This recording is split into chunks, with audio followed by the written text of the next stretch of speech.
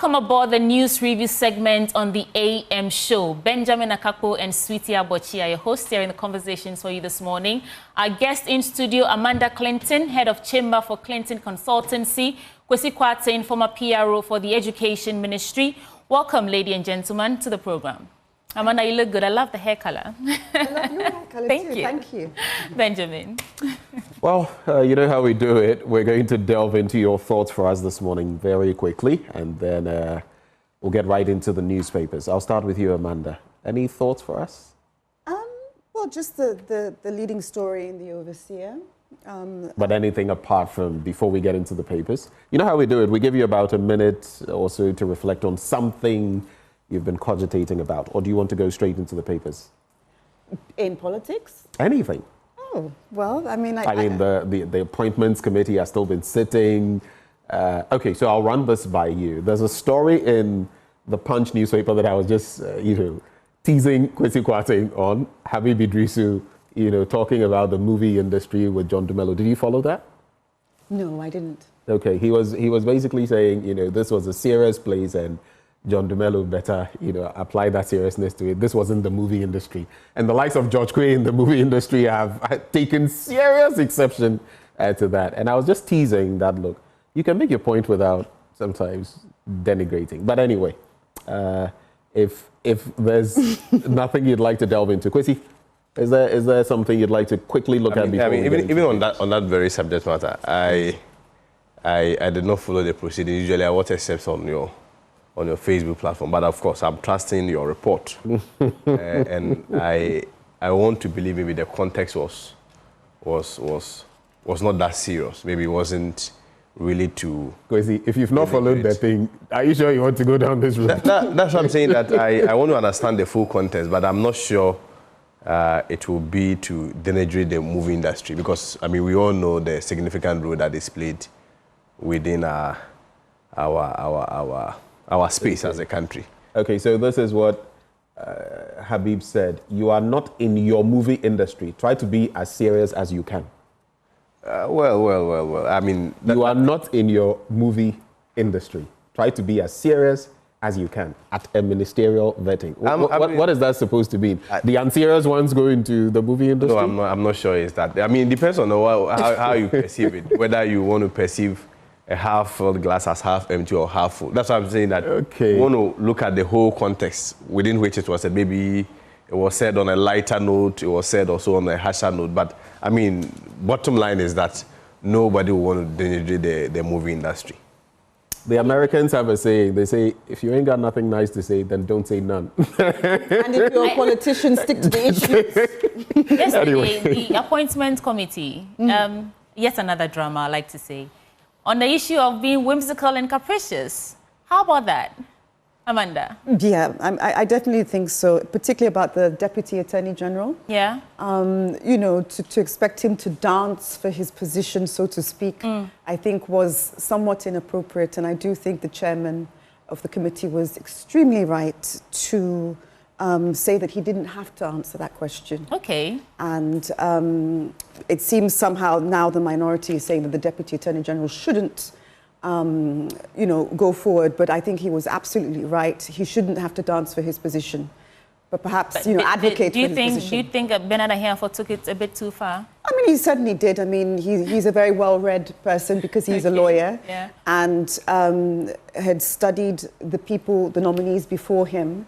And of all the questions he could have asked in relation to international, legal matters and local legal matters and, restructuring of the IMF deal and everything like that, he rather reduced the conversation to making him dance for his position. So I think it was inappropriate. Kwesi, quick bite and then we get into the... Well, I'm not sure the vetting is really that mechanical.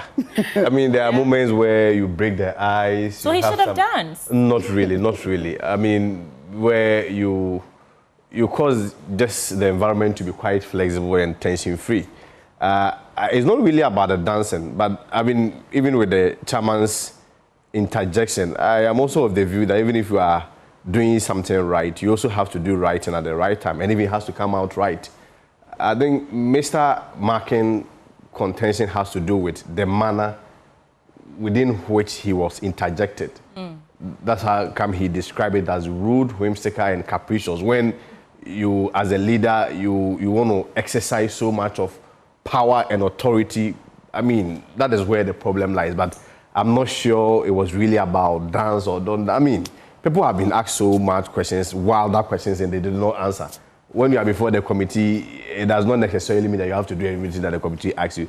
I mean, sometimes we just have to be flexible and open as leaders. To be flexible and dance. I'm not saying it's I mean, no. Honestly, that was the highlight of my day yesterday. Pardon me. Yeah. When did we get here? Like, Exactly. Like, Deputy Attorney General come and... So And But for to that be reason... fair, I would have loved to see him try. No, the point Then he is, wouldn't have been deserving of the position if he did. Well, the point is, you know, people have different... And let me just say this. There was a guest I helped someone get once onto a show, and the person took great exception to something. You know what? When the person came on the show, out of the blue, he was asked, and this is a university professor, very affable. I wouldn't have thought it would have been, but he was asked to dance. And later he gave me a call and said, Ben, your people, when I came, this and that, and they asked, this was not part of what we... You get it? How on earth, I mean... Benjamin. No, wait. If I am coming for vetting, I'm coming for you to ask me, and let's be fair, if you go to the jurisdictions we try to emulate, when would you go to the UK or the US and serious business is being discussed, someone is being vetted and someone is being asked to, I mean... Is the logic that dancers are not serious? And then for me... I'm asking you a question. not really. Is the logic that dancers are not serious? I don't think... No, from Habib, the analogy that you just advanced. I'm not saying that dancers are not serious.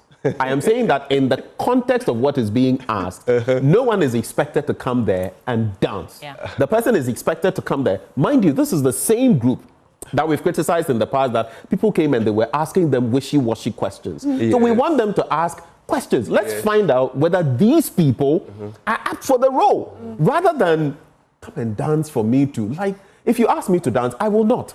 I think you should... I will not dance. No, Benjamin. Separate and the then dancer. on the back of that, because just to land, on the back of that, it gets to the point where this committee, the sitting is ended and all of that. Do you know what that means? Taxpayers' money. Taxpayers' money. The same thing they did the last time when we had to, the chairs were broken, tables, and then taxpayers' money. Let's not waste time on some of these things. But anyway. Can I? Yes. Respectfully, I am of the view that separate the dancing from whatever ensued between the minority leader and the chairman, where he described his interjection as rude. These are two separate things. You can talk about the dancing as whether or not he ought to have danced. But if I describe your interjection in a manner that I believe is rude, we should be able to respond to that differently. was in opposition to the question. Fair play, but the manner through that it was that was where he had an issue with. Nobody is talking about the dancing, but he was talking about the manner, where he said it was rude, it was whimsical, it was capricious, and more or less an abuse of his role as a chairman. He wanted to show up. If you recall, he said, "I'm the chairman, and I will show you that I'm the chairman." I mean, is he not the chairman? He is, but that's what I'm saying. They have to even do right things. Let me make a point, though. You have to do right things right. Just a quick bit. Afenyo is very quick to ask for apologies from people every now and then. Apologize for this, apologize for that. I thought yesterday, honestly, that he would apologize and just let matters go. But that's my opinion. Okay, let's make progress. The Daily Graphic has these stories on the front page. Stay away from Galamsey. Speaker warns MPs. Rona Motors partners Chinese company to promote electric vehicles. Borders must pay boarding, feeding fees. Education forum stakeholders. And government rallies MPs for Galamsey fight. Tonight's presidential business dinner postponed. Remove COVID-19 levy, VAT on transit cargo, acting GPHA boss says. But I want to start from some political story in here. Election outcome confirms our systems worked, EC boss. And this story is on page 17 of the Daily Graphic. So the chairperson of the Electoral Commission, Jean Mensah, has described the outcome of the 2024 general election as a confirmation and affirmation that its processes and systems worked. Quote, the outcomes are indeed an attestation that elections in Ghana are free, fair, credible, and transparent. As a commission, we've always maintained that our role is not to make any candidate or political party a winner, and it goes on and on. You know, they were under a lot of criticism in the lead up to the election, during the election, and even after, about whether or not their processes and their systems were working and whether they had, you know, a grasp of whatever it is that they were doing.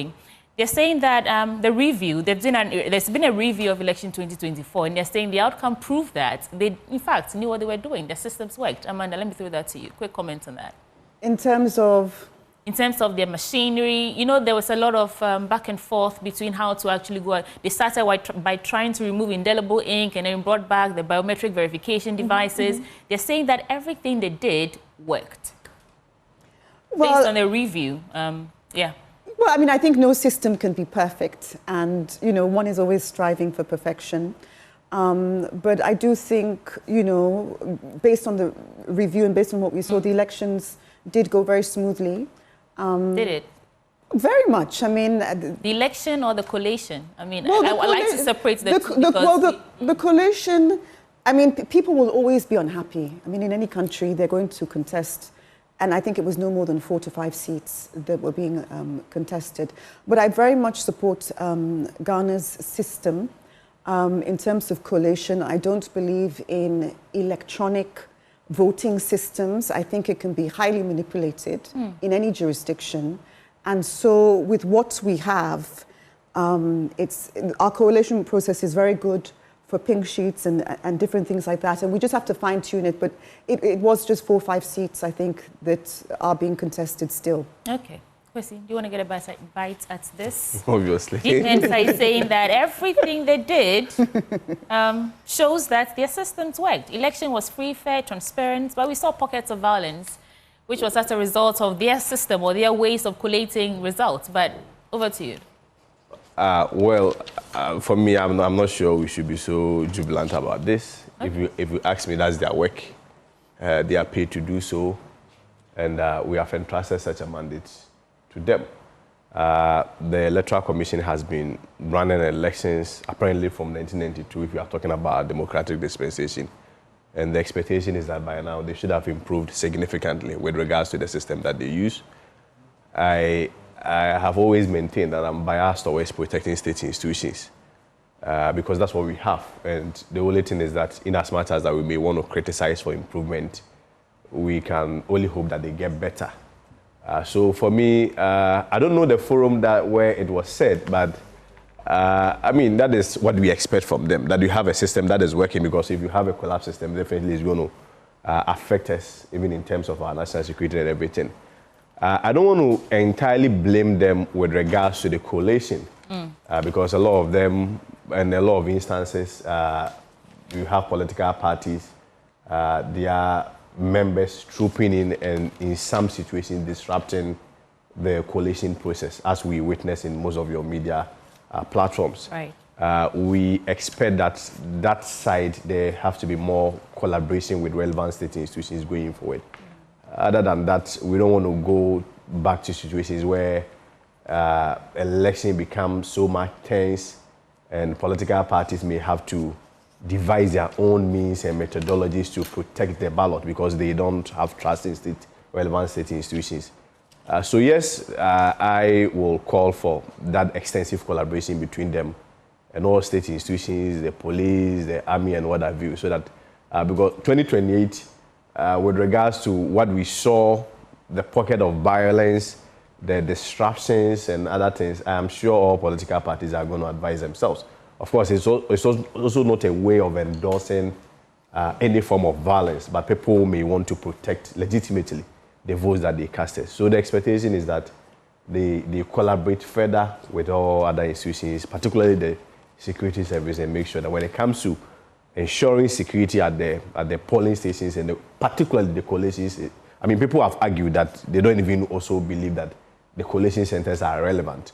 It's also a question that people must look at. But I mean, for now, that is the system that we have. I am of the view that it works satisfactory, and we may only, hope to improve it. Okay, so 3 headlines, and I'll end on a story that I really want us to get into. So first, trade surplus hits 44.7 billion Ghana cedis. Don't impose sugar tax on beverage companies. AGI urges government ahead of 2025 budget statement.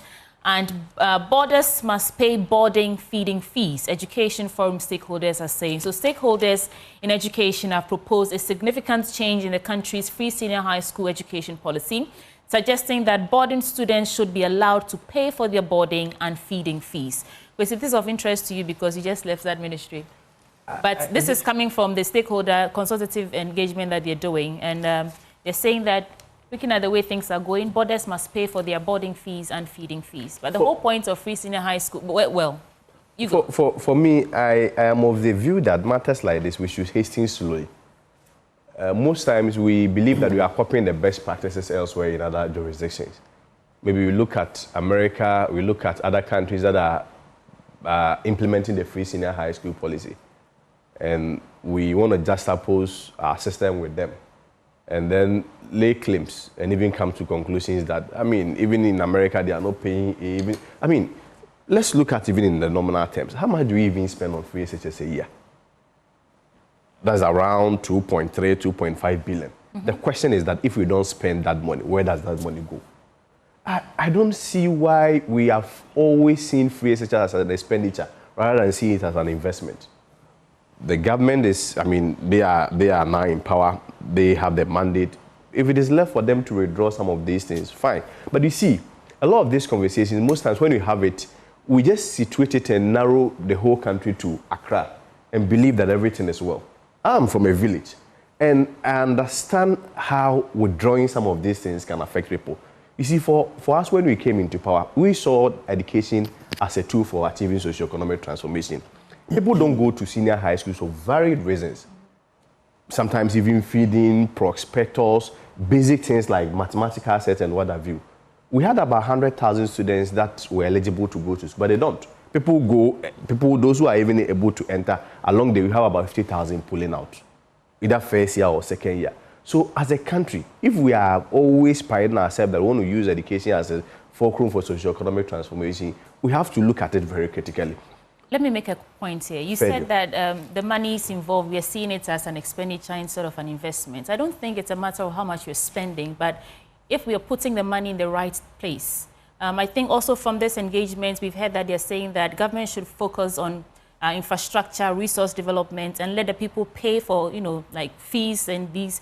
Also because you're talking about the quality of education. The quality of the students that you're churning out after they've gone through the free senior high school. Yeah, so if the money is going to feeding and boarding fees, when we can use that to develop infrastructure, develop human resources, make the teachers comfortable, create a conducive learning and teaching environment for the students, wouldn't that be more efficient than just pumping the money into boarding fees and feeding fees when parents can take care of that? I agree to a larger extent that education largely thrive on 3 key variables. Talk about access, quality, and relevance. That is the impact of education on socio-economic transformation.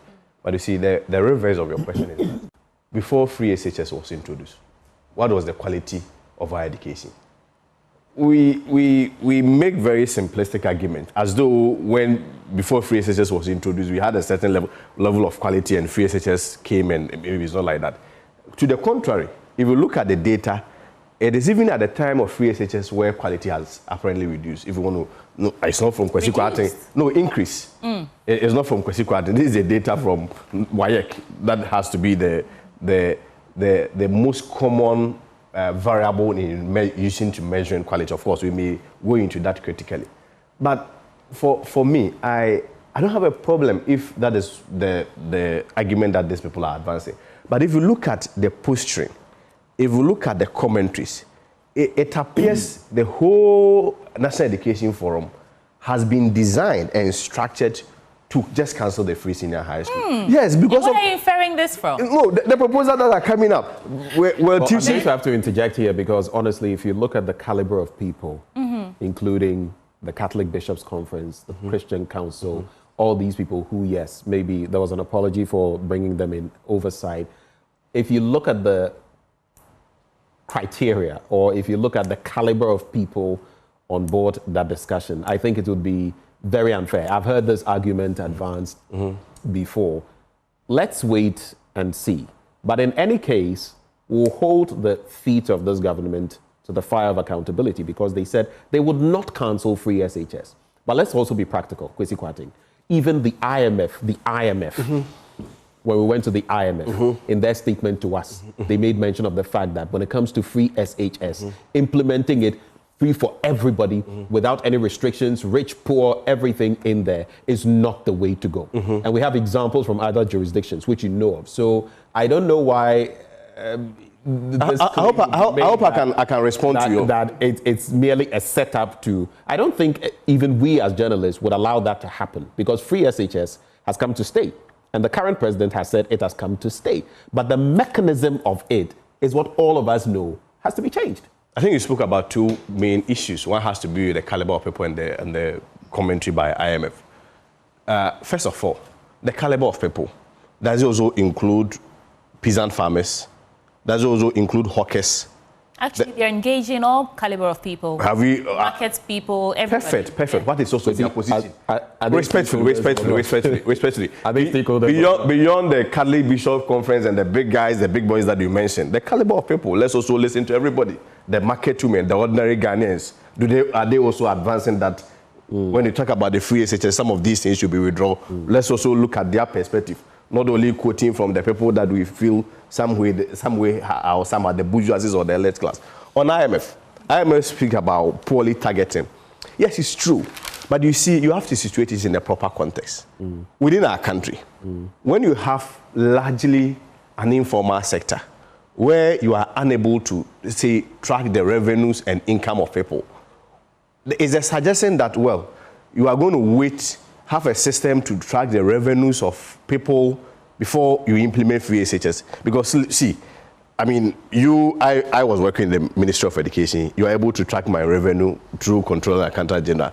So on that basis, you may come to the conclusion that I should be able to pay for my WASS fee. But you go to, let's say, Abosokai, or, I mean, Mokola, and the market woman is there, the revenue is not been able to track. So you may come to the conclusion that on the face value, such a person is incapable of paying his or her WASS school fees at the senior school level. So you see, until we resolve this, which may not necessarily be the case, because a lot of the Makola women and the Queen Mothers actually have more money. Exactly, but how do you determine it? How do you determine it? And you see, most of the people. Simple ways. I'm London respectfully. We have a tax system, don't we? I'm not. This country, how many people pay tax? So we streamline it. But until then. That's why I'm saying that I don't have a problem when these conversations come up. But until then, are you going to deny a lot of people access to education? It's not an until then question, because even before then, there are people like you who are of a certain status, who operate on a certain level. You pay your taxes, don't you? So you see, it's also based on observation. You know what? It's also based on observation. Let's hear Amanda. It's easy for those categories of people to be taken out anyway because they don't qualify, and then you move it from there. Okay, I think you know what? I think the intent behind the policy of free education was and always should remain free education. And you cannot say who can afford, who can't, because believe you me, if you can afford to put your kid in private school, you will. So I think the intent behind the policy must always be maintained, which is free education. And an example, for instance, you know, I went over to my mother's house and she had a carpenter who was just raving about the fact that he could put his daughter was going to Wesley Girls only because she had free SHS. And he couldn't afford, you know, to put her in school earlier. And that was an example of someone seeping through what he would not have been able to provide for his daughter, and his daughter is going to Wesley Girls. So one cannot monetize or say or quantify this sort of thing. It is the spirit behind the policy, and the spirit behind the policy is free education means free education. So whether you have to go and, as President Mahama is delivering his State of the Nation address today, rejig, you know, the whole IMF deal or whatever it is, there was something behind this free education, and it is for all. And as someone who has tasted private school and normal school as well, just know that, people who can afford to put their kids in private school will put their kids in private school, etc. They're not going to live off the state, basically. I think it's a bit of a simple, I will not use the other word, way of analyzing it. Here's the other bit. When I was in secondary school, because my grandfather was a major cocoa farmer, I got to, in the latter stage of my secondary education, benefit from a cocoa board scholarship.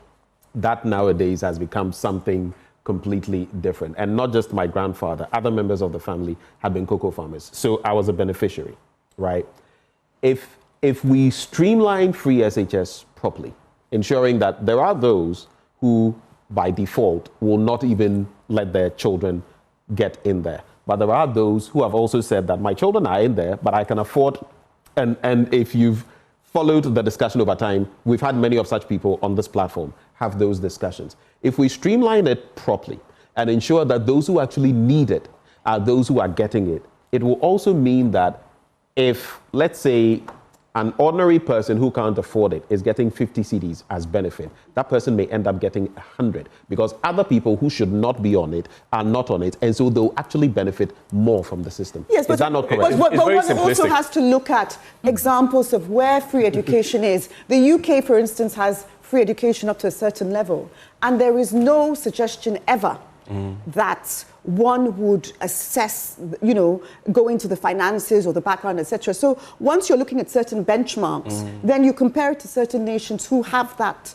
proper. I mean, the UK has a free education system, and it's just a blanket policy that the government has to sort out. And this is what our government has to do, because they said it, and we must stick to it, because the spirit behind that policy was something that the whole of Ghana embraced. Yes. And so whether you have to find the money, you have to find it. Our financial standing is not the same as the UK. And mind you, if you follow the discussion, Kemi Badenoch, if you follow the discussion with Kemi and what she's been saying, even in respect of boosting military spending and taking away from areas like what we are talking about, then you would realize that it's not, again, as simple as you. It's all about priorities. Well, hopefully, I'm telling you, it's all about priorities. It depends on what the government wants to focus. But when you spoke about parents wanting to pay, have you asked yourself which schools are they willing to pay for their awards?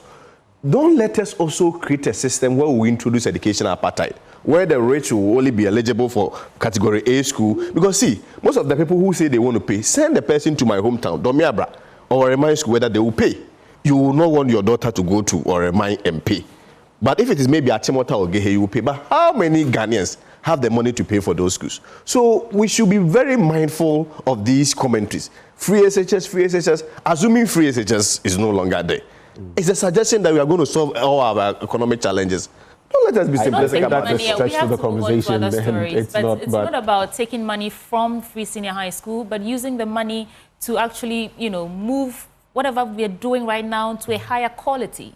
So if you're putting the money into infrastructure, we still have schools under trees. We still have people who, write in sand and so on and so on. But before free SHS, there was schools under trees. Yes, so the whole engagement is so that they see how well they can review and maybe repurpose the monies that are not going to the right use. But Benjamin, let's get into the... All right, so let's move the conversation forward. This is a conversation we can be on for the next hour. The engagement is skewed and it's just towards, do away with the free senior high school in this form. Let me be very quick with this. The Ghanaian Times newspaper had confab on proper small-scale mining. Mining must not be distractive, VIP asserts. Ghana records 44.7 billion trade surplus in 2024. That's Ghana cedis. Over 40% health professionals in Ghana unemployed. That's according to a research. Over 40% health professionals in Ghana unemployed. Don't militarize efforts to stop galamsey, Dr. Kweku cautions. On the back page, UEW, that's the University of Education Winneba, unveils interventions to transform host surrounding communities and then prioritize dualization of Accra-Kumasi Highway. That's according to Asenso Boache, former Minister of Roads and Highways. Let me get into a few of these stories very quickly and come to you, and that will be that. So I'll start from page 12. The Vice President, Nana Jane Opoku-Agyeman, says there is a pressing need for collective action to curb illegal mining in the country. According to her, illegal mining was destroying the country's water bodies, arable lands and forests, threatening the livelihoods of many communities that depend on those natural resources. Opening the maiden Parliamentarians' Conference on Restoring the Culture of proper small-scale mining in Ghana. She said government alone could not fight illegal mining and would require the support of parliamentarians and traditional leaders. Now, on the bit about health, more than 40% of the overall stock of qualified, the key word, qualified health workers trained in the country remain unemployed, a research has revealed. The health professionals include medical doctors, nurses, and other allied health services professionals. The staggering figure was revealed at the Global Health Workforce Program stakeholders meeting in Accra yesterday, which reminds me just about maybe a year thereabouts, plus or minus. I had an interaction with this young man who spoke to us. He was in the UK, a nurse, had struggled to get work here. He was in the UK earning how many times more and being able to save how many thousands of pounds. Of course, the dynamics there, the cost, taxes and all that, but there have been proposals to even export, like Cuba does, medical professionals and make money out of it. I don't know what we could do out of that. And I think those are the two stories. He was quite excited to get into it. He was nodding his well, I mean, before the proposal for exportation, I am also of the view that, I mean, in responding to some of these reports and concerns, the government's posture should not necessarily also be about, even in the current state, revoking appointments of ordinary Ghanaians that have had the opportunity to work within the public sector. I have also read research like the MPP did in 2017. I mean, I have read reports of that. Nobody has been able to prove same. And granted, even without admitting that same was. I have read evidence of. Video evidence of people who were sacked. Safo and others saying that. He made a comment, but our position is that it was a commentary that he made based on his. He was just working on his own violation.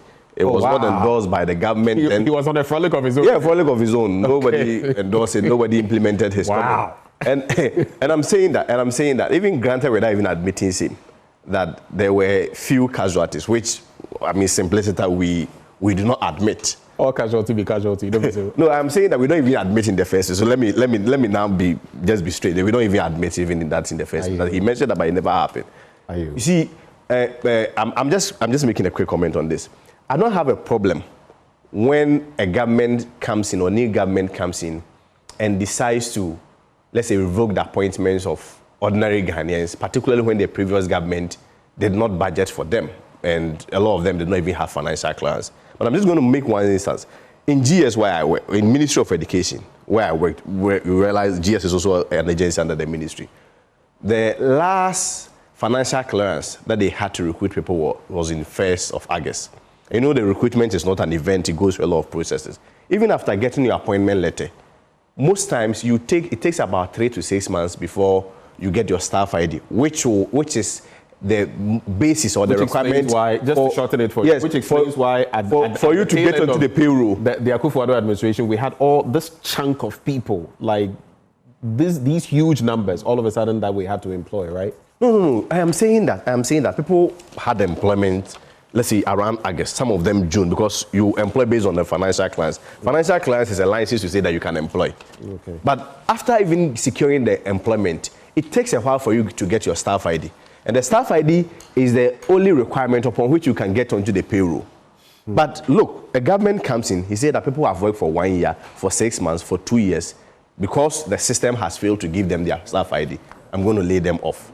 Interestingly, these same guys get to UK, these countries you are mentioning, they don't even ask of their where their origin, their political identification, and they employ them. So I am only talking about how we kill our own people and even make the problem we even complex it. Because you are talking about 40% of people. And the government solution, when you promise 24-hour economy, your solution is also to come and sack people.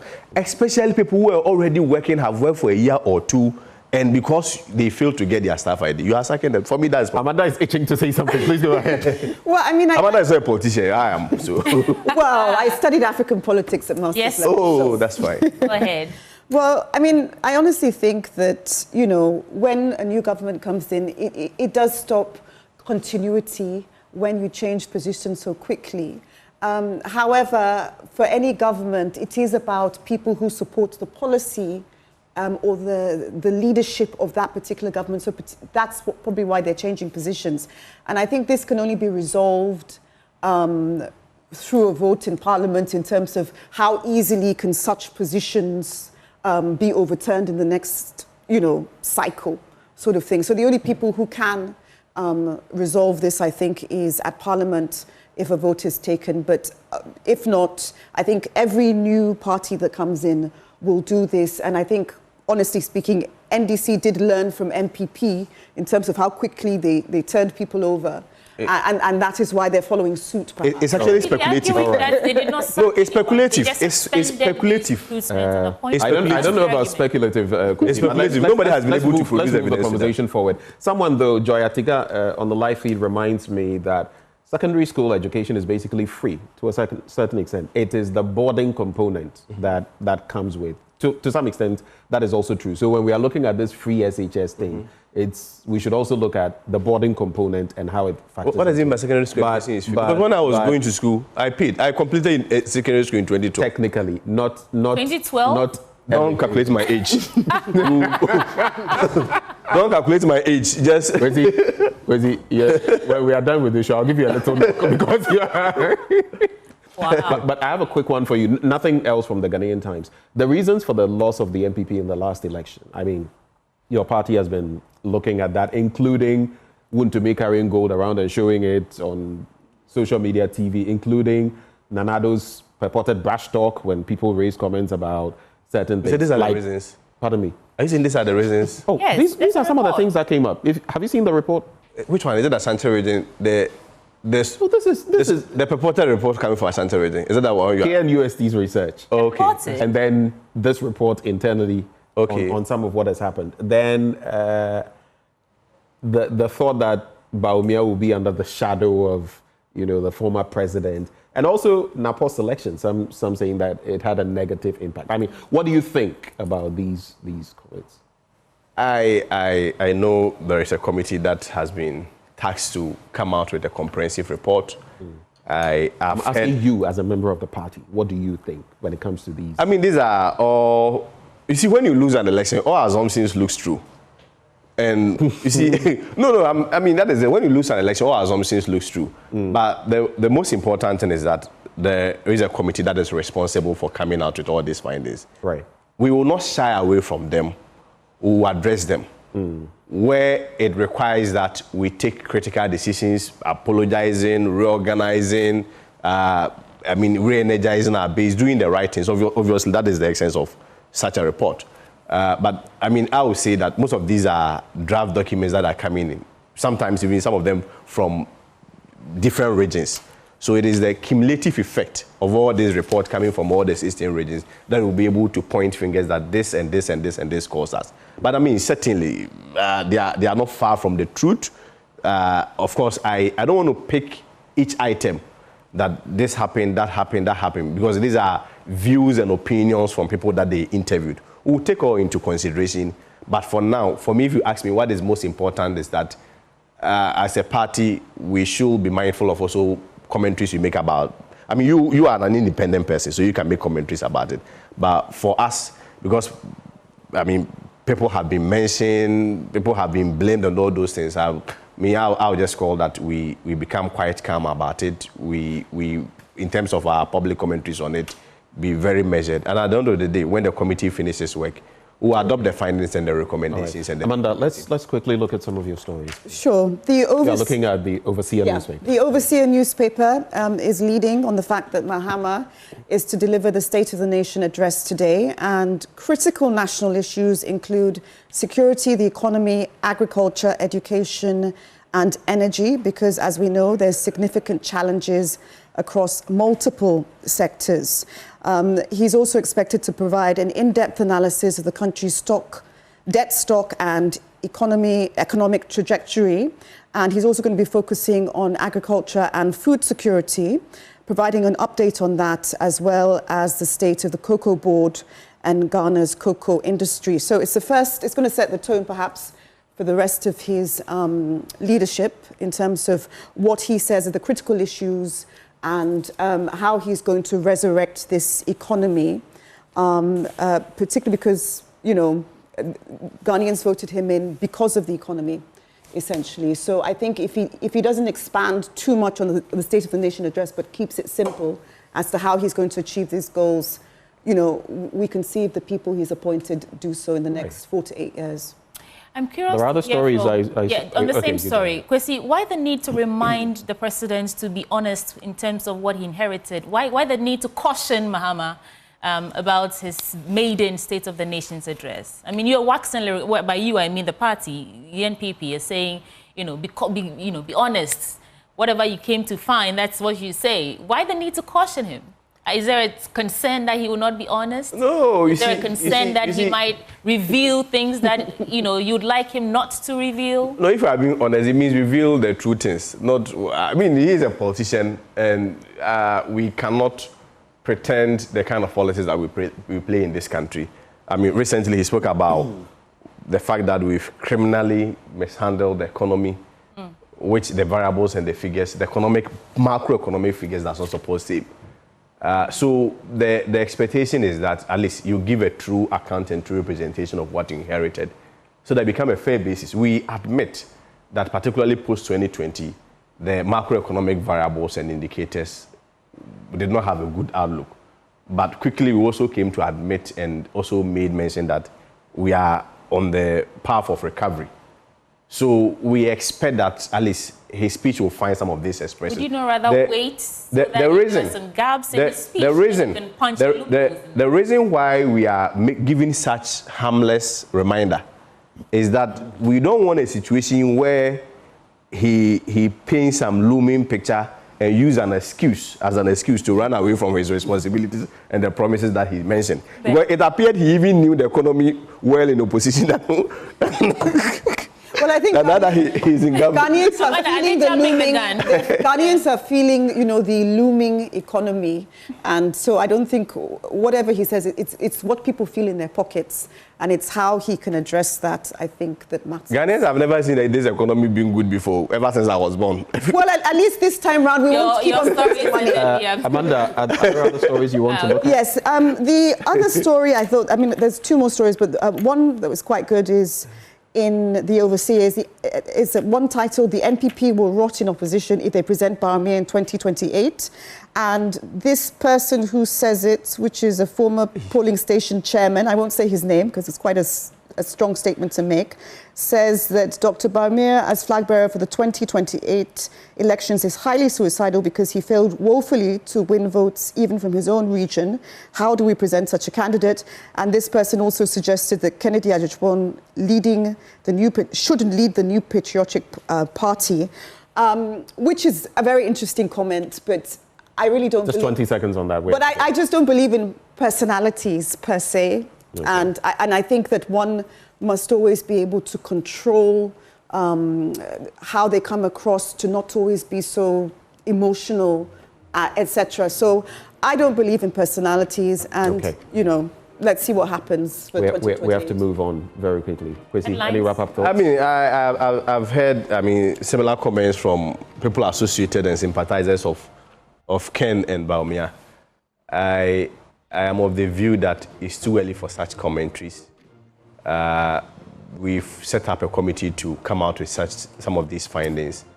Let's wait for the committee to come out with these findings. Okay. Then based on that, we can make a decision. At the end of the day, the power resides with the people, the polling station executives, the party people. Whoever they decide, we will support. All right. Thank you, ladies and gentlemen, for joining the conversation. Of course, we had Amanda Clinton of the Clinton Consultancy. She's a lawyer. She joined the conversation. And we also had Kwesi Kwarteng, former PRO, Ministry of Education. This is how we're going to hang the curtains on this discussion. But up next, Haruna Mubarak will serve you sports. Do stay.